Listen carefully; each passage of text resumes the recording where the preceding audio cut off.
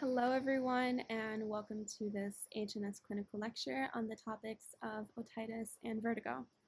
I'm your tutor today. My name is Senna. Thanks for being here. If you guys have any questions at the end of this lecture, feel free to reach out to me on my information provided on the slide. And finally, as with any PAL session, please use this lecture as a supplementary resource to your lecture and do not rely on it completely, as there are some things that just aren't in this lecture. I've covered the most high-yield topics, and I've tried to include the most important things to review for you to understand the lecture better and for you to be able to get through it quicker, but it does not cover absolutely everything. So we'll jump in. We'll start with otitis media, and specifically acute otitis media. It's a painful infection of the middle ear.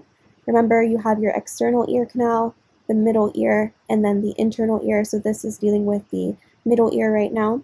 It typically happens in younger kids, 6 to 24 months, following a viral upper respiratory tract infection.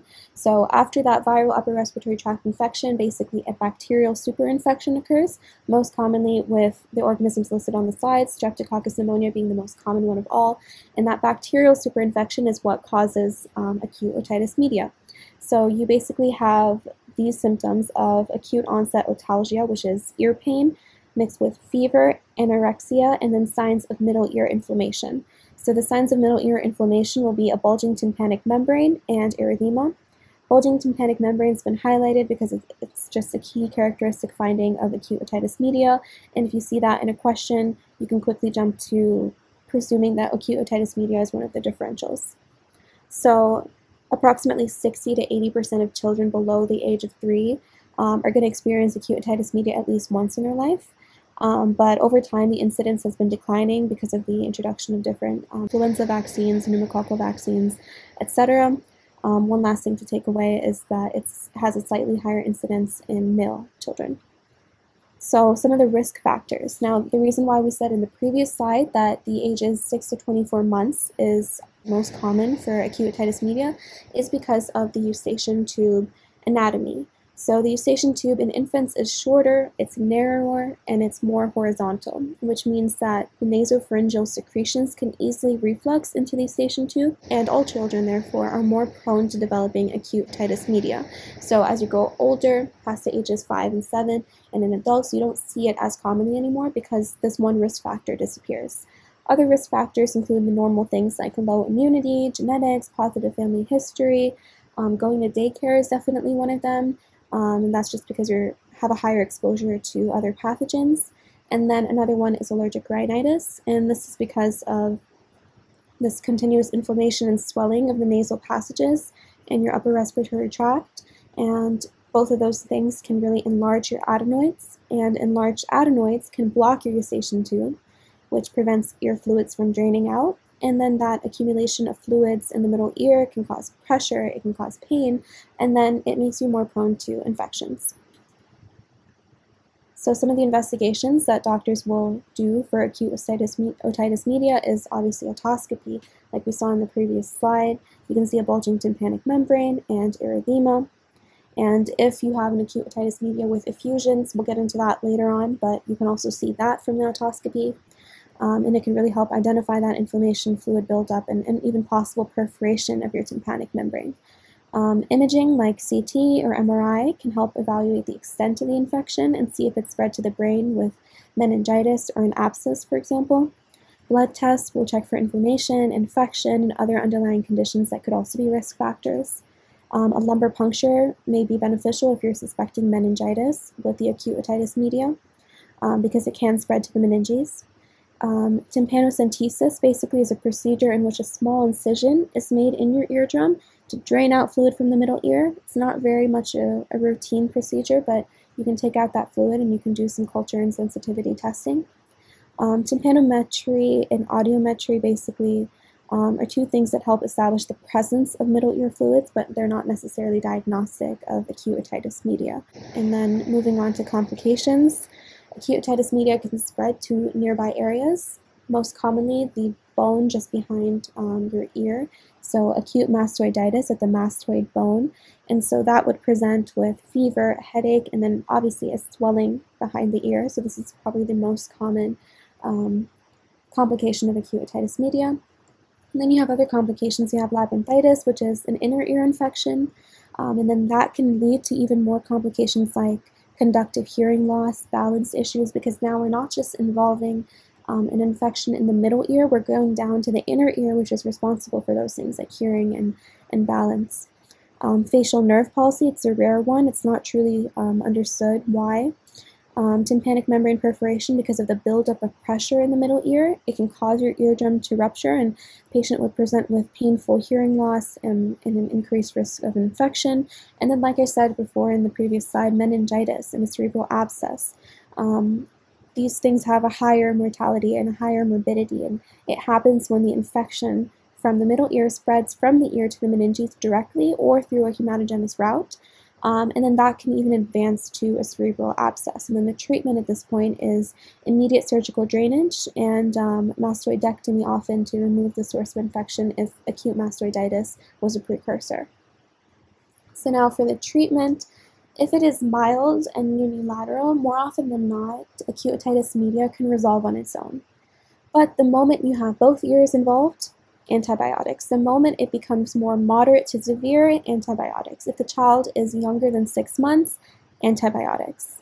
And the treatment of choice usually is amoxicillin. If there is an allergy, we can go for other antibiotics such as azithromycin, ceftriaxone, Clinda, amoxiclav, and usually all of these are taken orally. If it becomes recurrent, then we might go for a mechanical drainage or surgery. So tympanocentesis is when that incision is made in the eardrum to drain out that fluid, or you could have an actual surgery like tympanostomy, which is an insertion of ear tubes to help the eustachian tube in its drainage of that fluid if the child cannot do so on their own for various different reasons. So moving on, now we're going to talk about otitis media with effusion. It's essentially a condition in which there is fluid in the middle ear, but there are no signs of an acute infection. So oftentimes it can be asymptomatic, except for maybe a sensation of pressure, plus or minus sleep disturbances, plus or minus balance problems, and maybe some conductive hearing loss. So when we do have these symptoms, especially the hearing loss, it can be really damaging for kids in their developmental age, because this is a time that they're learning how to speak. Having language impairments, speech, hearing impairments can be very difficult in their development, and so that's a time in which we often intervene. So you can intervene with adding in those tubes to help drain out the ear fluid. Otherwise, the otoscopy can be completely normal. You may or may not see the effusion, and if you do, you would see air fluid levels, bubbles, and if it is for 3 months or more, we can call it chronic otitis media with effusion. So then, last little part about otitis is chronic suppurative otitis media. This basically is a stage of the ear disease in which there is an ongoing chronic infection of the middle ear without an intact tympanic membrane. So the intact tympanic membrane is lost. It's characterized by at least 2 weeks to 3 months of inflammation, and there's an infection of the middle ear in patients with a non-intact tympanic membrane, and it's one of the most common causes of hearing loss, especially in lower economically developed countries. Oftentimes we have a polymicrobial infection, so it's not just one pathogen, it's multiple. Risk factors are recurrent acute otitis media, recurrent upper respiratory tract infections, and poor nutrition, which is again why it's linked to lower economically developed countries. And there are many, many complications. You can have a local spread, CNS spread, tympanosclerosis, persistent hearing loss. All of these things that you would have, as we discussed in the other complication slide of acute otitis media, are also very relevant over here. So this question reads, a 9-month-old boy is brought to the physician because of increased irritability, continual crying, and fever for 1 day. His mother has noticed that he refuses to lie down on his right side and keeps tugging at his right ear. 1 week ago, he had a runny nose that has since improved. He was born at term and has been otherwise healthy. He was exclusively breastfed until 2 months of age and is currently bottle-fed, with some solid foods introduced. He's been attending a daycare center for the past 5 months. His temperature is 38.4 degrees Celsius and pulse is 144 beats per minute. Otoscopic examination of this child is most likely to show which of the following. So then, your answer choices are bulging erythematous tympanic membrane, retracted opacified tympanic membrane, erythematous external auditory canal, yellow mass behind the tympanic membrane, vesicles in the ear canal, and brown mass within the ear canal. So you can pause the video here and think. And the correct answer is bulging erythematous tympanic membrane. So because of those secretions in the middle ear, which we talked about earlier, happening in acute otitis media, your tympanic membrane in your external ear is starting to bulge outwards, and this is something we can see on otoscopic examination. And again, it was highlighted on this side that a bulging tympanic membrane as part of your signs of middle ear inflammation is one of your key characteristic findings in acute otitis media. Okay, and on to the second question. A 3-year-old boy is brought to the physician for a well-child examination. This basically just means a little checkup. Over the past 8 months, his mother reports difficulty understanding the boy's speech. On occasion during this period, she's noticed that he does not respond well when called by name, cannot follow one-step instructions, has a history of recurrent ear infections treated with antibiotics since birth. He's at the 60th percentile for length and 50th for weight. Vital signs are within normal limits. His speech is quiet and difficult to understand. Otoscopic examination shows retracted tympanic membranes bilaterally that are immobile on pneumatic otoscopy. Nasopharyngeoscopy shows mild adenoid hypertrophy. Pure tone audiometry shows a conductive hearing loss of 26 decibels on the right and 28 on the left. Which of the following is the most appropriate next step in management? Your options are nasal decongestant therapy, topical antibiotics, adeno, dectomy, tympanostomy, tube insertion, antihistamine therapy, and corticosteroid therapy. So you guys can take a second to pause right now and think. So for this one, it was otitis media with effusion, and it was asking for a potential treatment option. And so as we discussed previously in this slide, you may need to intervene if you're seeing hearing loss at an important developmental age, because we don't want to mess up with the child's development. Otherwise, you may be able to wait and see if it will resolve on its own. However, in this case, they didn't want to wait because he was starting to see some symptoms of hearing loss at a developmental age, and they went for a tympanostomy. So they inserted tubes to help drain out the fluid and give that eustachian tube a little bit more of a push. So that brings us to the end of our first topic of otitis. And now we'll be jumping into our second topic of vertigo. So vertigo is a type of dizziness. It's a symptom, it's not a diagnosis. And it arises because of asymmetry in the vestibular system due to some kind of damage or dysfunction of the inner ear or vestibular nerve. So it is a type of dizziness that involves a perceived movement of your own body or of the environment, or both. You can feel like my environment is spinning, the room is spinning, you can feel like my head's spinning, or you can feel like it's both. It's often accompanied with headache, nausea, vomiting, sweating, and nystagmus. And it's never continuous because the central nervous system will adapt to the defect, so the vertigo will subside over several weeks. It will continuously keep adapting. And then different types of vertigo subside within different periods of time. You can have some that only last for 30 seconds and some that last for much longer. So, like we said before, vertigo is a false sensation of motion caused by dysfunction of the inner ear or the central vestibular system. So, you can have inner ear pathologies, which we will call peripheral vertigo, and usually these are benign, and these involve some of the most commonly tested types of vertigos, which would be benign paroxysmal positional vertigo and Meniere's disease. And then you have your central pathologies, which are called central vertigo. These ones can be more life-threatening. And then to distinguish between these two, you can do clinical features and a neurological exam. So peripheral vertigo, like I said before, is caused by inner ear or cranial nerve 8 lesions or dysfunction.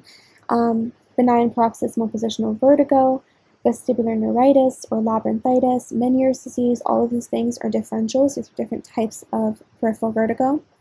And typically, with the symptoms, you're going to see an intermittent positional vertigo. So it comes and goes, and its occurrence is based on the position of the patient.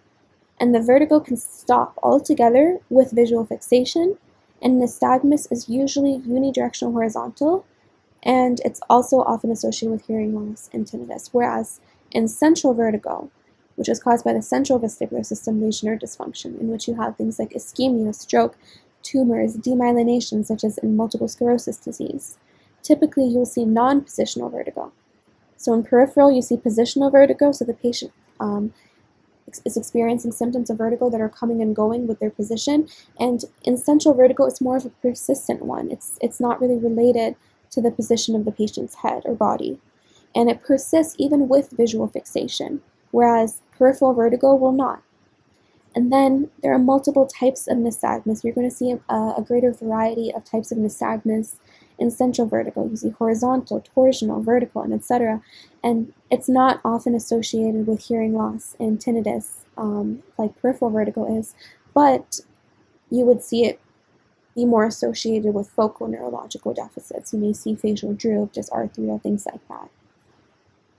So before we get into the two types of vertigo that we're going to discuss today, both of them being peripheral vertigo, so it does have to do with the inner ear anatomy.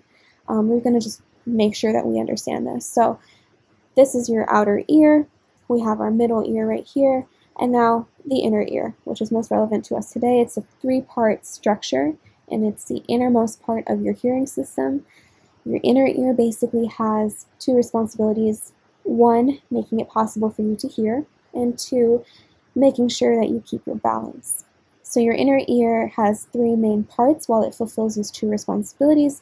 You have your cochlea, you have your semicircular canals, and you have your vestibule between both of those other structures, and your vestibule is made of your utricle and sacral. Your cochlea supports your hearing, your vestibule and semicircular canals, on the other hand, support your balance. And before we get on to the last slide, essentially the entire inner ear is surrounded by the structure called bony labyrinth, and that's going to make out the lining of the inner ear. And inside of that you have the membranous labyrinth, whose contents are your endolymphatic fluid, which is going to make up the context of the membranous labyrinth, and surrounding the membranous labyrinth you have a little bit of a fluid called perilymph, which is in between your membranous labyrinth and your bony labyrinth. All of these things are crucial to have a familiarity with before you get into different pathologies of the inner ear. So the first one and the most common one is benign paroxysmal positional vertigo, BPPV. So this is a type of peripheral vertigo. It's a common disorder, and it's caused by something called otoconia, which is basically calcium carbonate in your utricles. It gets dislodged and stuck into one of your semicircular canals.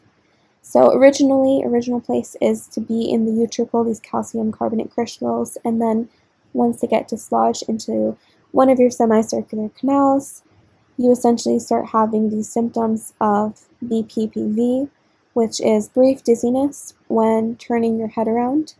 And one of the most common presentations can be like a patient telling you, hey doctor, like when I get out of bed in the morning, I'm scared to stand up because instantly when I stand up for the first 30 seconds to up to a minute, I feel dizzy before I get better.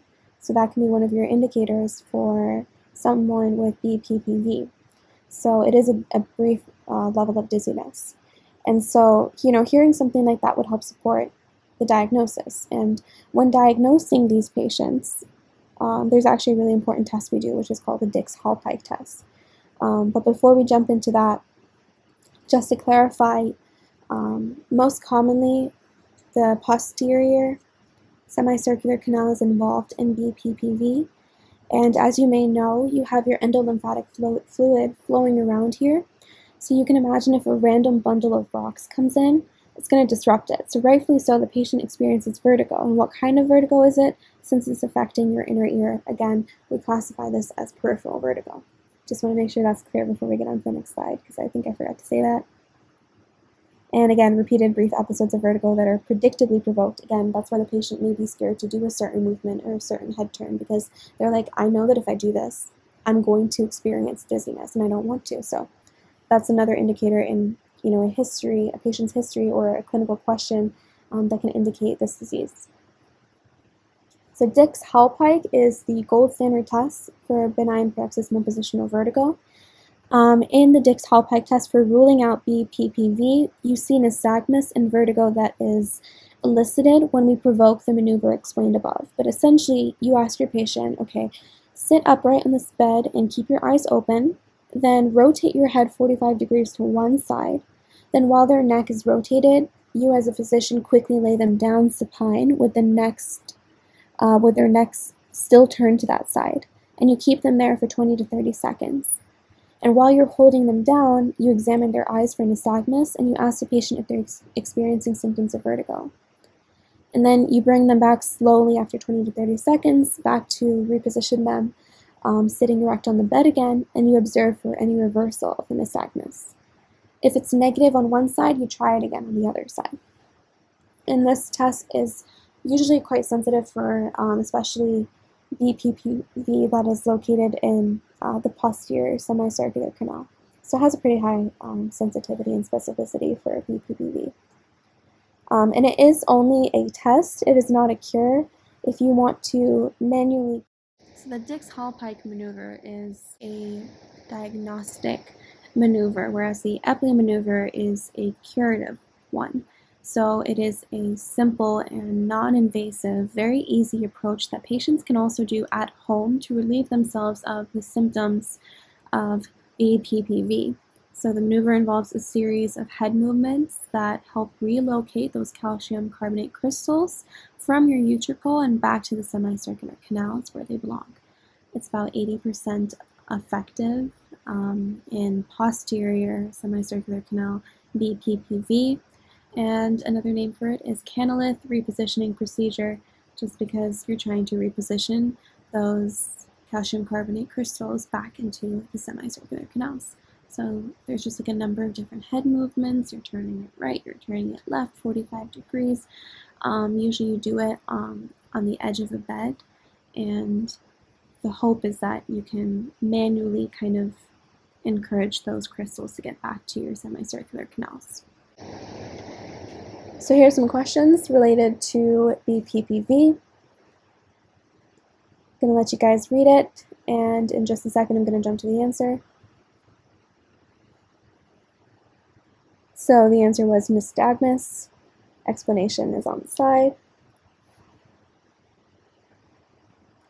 And now we're going to get into our last topic today of Meniere's disease. It's another peripheral type of vertigo. Another name for it is idiopathic endolymphatic hydrops, which may sound confusing until you understand what it is. Idiopathic just means it doesn't really have a certain cause, doesn't really have a certain reason for it. Endolymphatic, again, is that endolymphatic fluid inside of your membranous labyrinth. And hydrops basically means an excess of it. So there is an excess of that endolymphatic fluid inside of the membranous labyrinth. And that essentially is what is going to cause all of the symptoms of Meniere's disease. And the symptoms of Meniere's disease can be remembered by this triad of vertigo with tinnitus and sensorineural hearing loss. Meniere's disease essentially gets worse over time if it's not managed, and it can result in progressive hearing loss. And it can also become bilateral into both ears in about 1/3 of patients. Okay, and just one last thing to say from this slide is that it characteristically manifests as recurrent episodes of acute unilateral symptoms that last from minutes to hours. So Meniere's disease, as compared to benign paroxysmal positional vertigo, can last a lot longer, whereas BPPV, you have this symptom of this patient knowing exactly when something may or may not happen, and it only lasting for a brief amount of time, whereas Meniere's disease can last from anywhere from minutes up until hours.